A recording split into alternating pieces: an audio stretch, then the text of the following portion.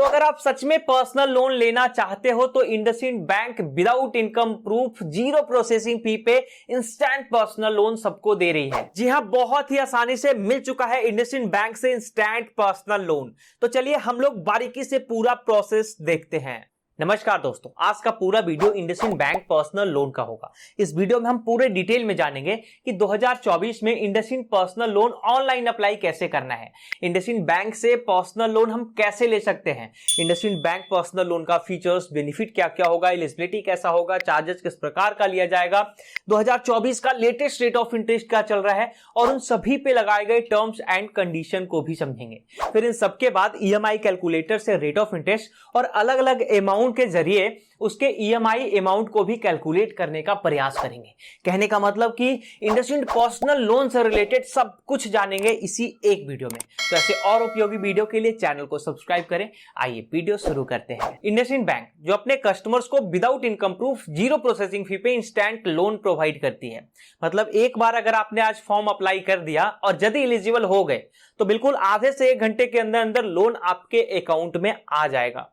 ये ऐसा मैं नहीं कह रहा हूं, ये खुद इंडसइंड बैंक के ऑफिशियल साइट पे अवेलेबल है, आप जाकर वहां पढ़ सकते हो। लेकिन फिर बैंक कहता है ना कि हम ऐसे किसी को लोन नहीं दे देंगे, ठीक है। अब उसके लिए सबको थोड़ा सा एलिजिबिलिटी क्राइटेरिया फॉलो करना होगा। अब जैसे जो व्यक्ति इंडसइंड पर्सनल लोन लेना चाहता है वो सैलरीड, सेल्फ एम्प्लॉयड या प्रोफेशनल होना चाहिए। अगर आप सैलरीड पर्सन हो तब कुछ और कंडीशन है, जैसे आपका मिनिमम एज 21 ईयर और मैक्सिमम एज 60 ईयर या फिर रिटायरमेंट तक होना चाहिए। कहने का मतलब कि 21 की उम्र से आप पर्सनल लोन ले सकते हो इंडसइंड बैंक से, लेकिन ज्यादा से ज्यादा रिटायरमेंट तक सारे पैसों का रीपेमेंट कर देना है अगर आप सैलरीड पर्सन हो तब, ठीक है जी। आप जो भी जॉब करते हो, वो चाहे पब्लिक सेक्टर का जॉब हो, गवर्नमेंट का जॉब हो या फिर प्राइवेट सेक्टर का जॉब हो, आप जो भी जॉब करते हो आपका प्रॉपर एक सैलरी अकाउंट होना चाहिए। आपका सैलरी कम से कम 25,000 या उससे ज्यादा होना चाहिए और आप जहां वर्क कर रहे हो वो कम से कम 1 साल से कंटिन्यू होना चाहिए, ठीक है। इन कंडीशन के साथ अगर आपका सिविल 700 या 750 से एबव रहता है तब बहुत ही कम रेट पे आपको लोन मिल जाएगा। उसके बाद अगर सेल्फ एम्प्लॉयड या प्रोफेशनल की बात करें तो इन दोनों कंडीशन में आपका मिनिमम एज 25 ईयर से लेकर मैक्सिमम एज 65 ईयर तक रह सकता है। मतलब सेल्फ एम्प्लॉयड और प्रोफेशनल को 25 की उम्र से इंडसइंड बैंक से लोन मिलना चालू हो जाएगा, लेकिन 65वें साल तक उनके सारे पैसों का रीपेमेंट भी हो जाना चाहिए। इसके बाद दोनों का नेट एनुअल इनकम 4.8 लाख यानी लगभग 5 लाख तक का, उससे ज्यादा भी हो सकता है, लेकिन कम से कम 5 लाख तक का नेट एनुअल इनकम होना चाहिए, ठीक है जी। इसके अलावा 5 सालों का एक्सपीरियंस होना चाहिए। फिर क्या, अगर इन कंडीशन के साथ साथ सिविल अच्छा होगा तो बहुत ही कम रेट ऑफ इंटरेस्ट पे लोन आपको मिल जाएगा। ऐसे अगर रेट ऑफ इंटरेस्ट की बात करें तो इंडसइंड पर्सनल लोन का रेट ऑफ इंटरेस्ट 10.49% से स्टार्ट होता है और मैक्सिमम 26% तक जाता है। मतलब बहुत खराब आपका इनकम और बहुत खराब सिविल रहेगा ना, और अगर आप एलिजिबल हो भी गए तब पर भी आपको मैक्सिमम 26% पर एनम पे लोन आपको मिल जाएगा, ठीक है जी। इसके अलावा डॉक्यूमेंट्स के रूप में किन किन चीजों की जरूरत होगी उसे मैं डिस्क्रिप्शन बॉक्स में नोट कर दूंगा, आप एक नजर वहां पढ़ लेना। चलिए, अब जब आप लोग एलिजिबल हो ही गए और अब आपको मान लिया जाए नीड हो पैसों की, जरूरत हो लोन की, तो क्यों ना हाथों हाथ IndusInd personal loan online apply कर ही लेते हैं। इंडसइंड पर्सनल लोन अप्लाई करने के लिए आपको इस पेज पे आना होगा। इस पेज का लिंक मैंने वीडियो के डिस्क्रिप्शन में भी दे दिया है। जैसे उस लिंक को क्लिक करेंगे तो इस पेज पर रीडायरेक्ट कर दिया जाएगा। ये इंडसइंड बैंक का इंस्टेंट प्रोसेस है भाई। इंडसइंड बैंक का दावा है कि इस प्रोसेस के जरिए अगर कस्टमर मेरे से लोन लेता है तो हम उन्हें आधे से 1 घंटे के अंदर अंदर 5 लाख तक का लोन प्रोवाइड कर सकते हैं, और अगर ज्यादा लोन अमाउंट का जरूरत हो तो इसी प्रोसेस के जरिए वो भी कंप्लीट कर दिया जाएगा, जिस पर आपको प्रोसेसिंग फी नहीं देना है। प्रोसेसिंग फी बिल्कुल जीरो है। तो प्रोसेस स्टार्ट करने के लिए यहां सबसे पहले कॉलम में अपना पैन नंबर फिल करना है, दूसरे कॉलम में आधार लिंक मोबाइल नंबर फिल करना है, तीसरे कॉलम में ईमेल आईडी और चौथे कॉलम में अपना करेंट सिटी का पिन कोड जो है, अभी आप जहां रह रहे हो उस एरिया का जो पिन कोड है वो एंटर करके नेक्स्ट को क्लिक करना है। उसके बाद आपके आधार लिंक नंबर पर एक ओटीपी जाएगा, उस ओटीपी को यहां फिल करके नेक्स्ट को क्लिक करना है। नेक्स्ट करने के बाद अगले पेज के फर्स्ट कॉलम में अपना फर्स्ट नेम एंटर करें, दूसरे में लास्ट नेम जो पैन कार्ड पे है, नीचे पैन नंबर, ये सब तो ऑटो फिल है, ठीक है। लेकिन उसके नीचे नेशनैलिटी जो इंडियन है या फिर एनआरआई है, पांचवें में मेल फीमेल वाला जेंडर सेलेक्ट करना है, उसके नीचे अपना डेट ऑफ बर्थ सेलेक्ट करना है, ठीक है जी। ये जो कैलेंडर है, ये कैलेंडर से आप डेट ऑफ बर्थ सेलेक्ट कर लोगे। सातवें कॉलम में अपना इंप्लॉयमेंट टाइप, कि आप सैलरीड हो, सेल्फ एम्प्लॉयड हो, आप जो भी हो उसे आप सेलेक्ट कर लोगे। उसके नीचे के कॉलम में आपका नेट मंथली इनकम कितना है, अब उसे फिल करना है। फिर उसके बाद लास्ट वाले कॉलम में नो को क्लिक रहने देंगे, फिर बॉक्स को टिक करके नेक्स्ट को क्लिक कर देंगे। नेक्स्ट करने के बाद अगले पेज में लोन अमाउंट और टेन्यूर सेलेक्ट करना होगा। ये अभी आप एलिजिबल नहीं हुए हो, ये इसके लिए एलिजिबिलिटी चेक किया जा रहा है कि कस्टमर्स को कितने अमाउंट की जरूरत है, बस उसे सेलेक्ट करना है। ठीक है जी। यहां बैंक कहता है कि कम से कम आप 30,000 का लोन ले सकते हो मेरे से, और ज्यादा से ज्यादा 5 लाख तक का इंस्टेंट लोन आपको यहां मिल सकता है। मतलब झट से लोन अप्लाई करो और केवाईसी होने के बाद फटाक से अमाउंट जो है वो आपके हाथों में चला जाएगा, आपके अकाउंट में चला जाएगा। लेकिन हां, अगर 5 लाख से ज्यादा लोन अमाउंट का जरूरत हो तो नीचे जो क्लिक हेयर है ना, उसे क्लिक करके आप उस फॉर्म को अप्लाई कर सकते हो। पर हां, अमाउंट बड़ा है तो उसमें एलिजिबल होने के बाद 2 से 3 दिनों में पैसा आपके अकाउंट में आएगा। ऐसे अगर 5 लाख तक का लोन चाहिए तो इंस्टेंट लोन आप इसी प्रोसेस की मदद से ले सकते हो। ये पूरा प्रोसेस आप देख लो, इंस्टेंट लोन मिलता है भाई। यहां हम लोगों को जरूरत के अनुसार अमाउंट सेलेक्ट करना है, नीचे रीपेमेंट टेन्यूर सेलेक्ट करना है, अपना जो ईएमआई आप कितने महीनों का बनवाना चाहते हो उसे आप सेलेक्ट कर लोगे। ठीक है, और उसके बाद नेक्स्ट को क्लिक कर देना है। नेक्स्ट करने के बाद यहां अपना आधार नंबर एंटर करके गेट ओटीपी को क्लिक करना है। उसके बाद आधार रजिस्टर्ड मोबाइल नंबर पर फिर से एक ओटीपी जाएगा, उस ओटीपी को यहां फिल करके नेक्स्ट करना है। फिर अभी जो आधार नंबर आपने फिल किया उसके बेसिस पर आपका सारा डिटेल फेच कर लिया जाएगा। आपका जो एड्रेस है या फिर और जो डिटेल है वो फेच कर लिया जाएगा। ठीक है, अगर यही एड्रेस जो यानी जो आधार कार्ड वाला एड्रेस है, अगर वही करेंट एड्रेस है तो फिर उसे यस करके आगे बढ़ जाएंगे। और यदि ये एड्रेस करेंट एड्रेस नहीं है, करेंट एड्रेस में कुछ और देना चाह रहे हो तो नो को क्लिक करके सारा एड्रेस बारीकी से फिल कर लेंगे भाई।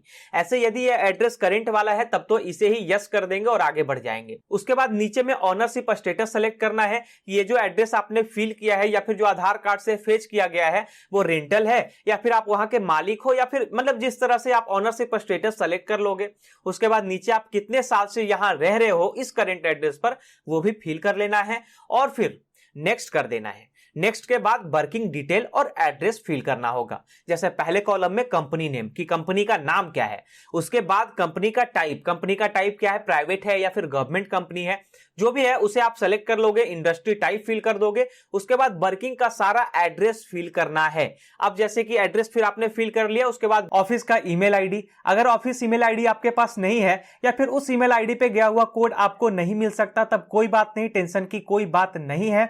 आपको एक उससे मिलता जुलता एक ईमेल आईडी बना लेना है और उस पर जो कोड आएगा वो आपको एंटर कर देना है। ठीक है जी। उसके नीचे डेजिग्नेशन कि आप किस पद पे हो, आपका जो आप जिस पद पे हो उसके नीचे वो फिल करना है कि आप कितने साल से उस पद पे हो। फिर उसके नीचे टोटल वर्किंग एक्सपीरियंस फिल करना है।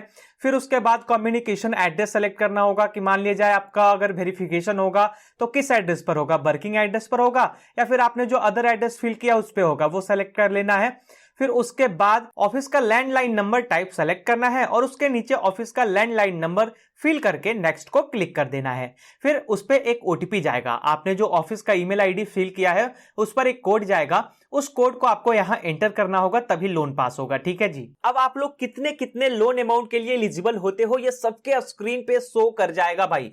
जैसे मेरे केस में आप यहां स्क्रीन पे देख सकते हो कि मैं जितने लोन अमाउंट के लिए एलिजिबल हुआ हूं, अगर मैं इसे कम करना चाहता हूं या फिर टेन्यूर को कम या ज्यादा करना चाहता हूं तो मैं यहां फाइनली एक लास्ट मौका बैंक हमें देती है कि मैं यहां कर सकता हूं। ठीक है, वहीं नीचे यहां इंटरेस्ट भी दिखाया जाएगा कि आपको कितना परसेंट पर इंडसइंड बैंक जो है वो लोन दे रही है।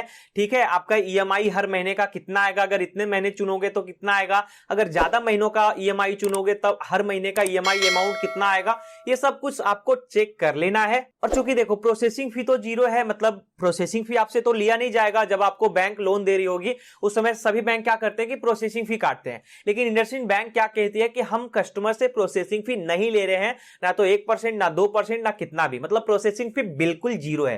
तो मतलब अगर आप 2 लाख का लोन ले रहे हो तो लगभग आपको 2 लाख का पूरी लोन मिल ही जाएगा। वो 100 का जो चार्ज होता है स्टाम्प ड्यूटी और डॉक्यूमेंट चार्ज वो बैंक आपसे चार्ज करेगी और लगभग आपको पूरा लोन अमाउंट बैंक में आपके अकाउंट में ट्रांसफर कर देगी। ये सब कुछ देखते हुए और अपने हिसाब से करते हुए एक्सेप्ट एंड प्रोसीड को क्लिक करना है। उसके बाद अपना अकाउंट सेलेक्ट करना होगा कि किस अकाउंट में आप पैसे लेना चाहते हो एंड लास्टली केवाईसी करने के बाद इंस्टेंटली अमाउंट जो है वो आपके अकाउंट में क्रेडिट कर दिया जाएगा। अच्छा, इंडसइंड लोन तो आपने अप्लाई कर लिया। अब हम लोग ये समझते हैं कि इंडसइंड बैंक अपने पर्सनल लोन पे फीचर्स क्या क्या देती है। तो सबसे पहले भैया इंडसइंड पर्सनल लोन 100% डिजिटल और इंस्टेंट प्रोसेस है भाई।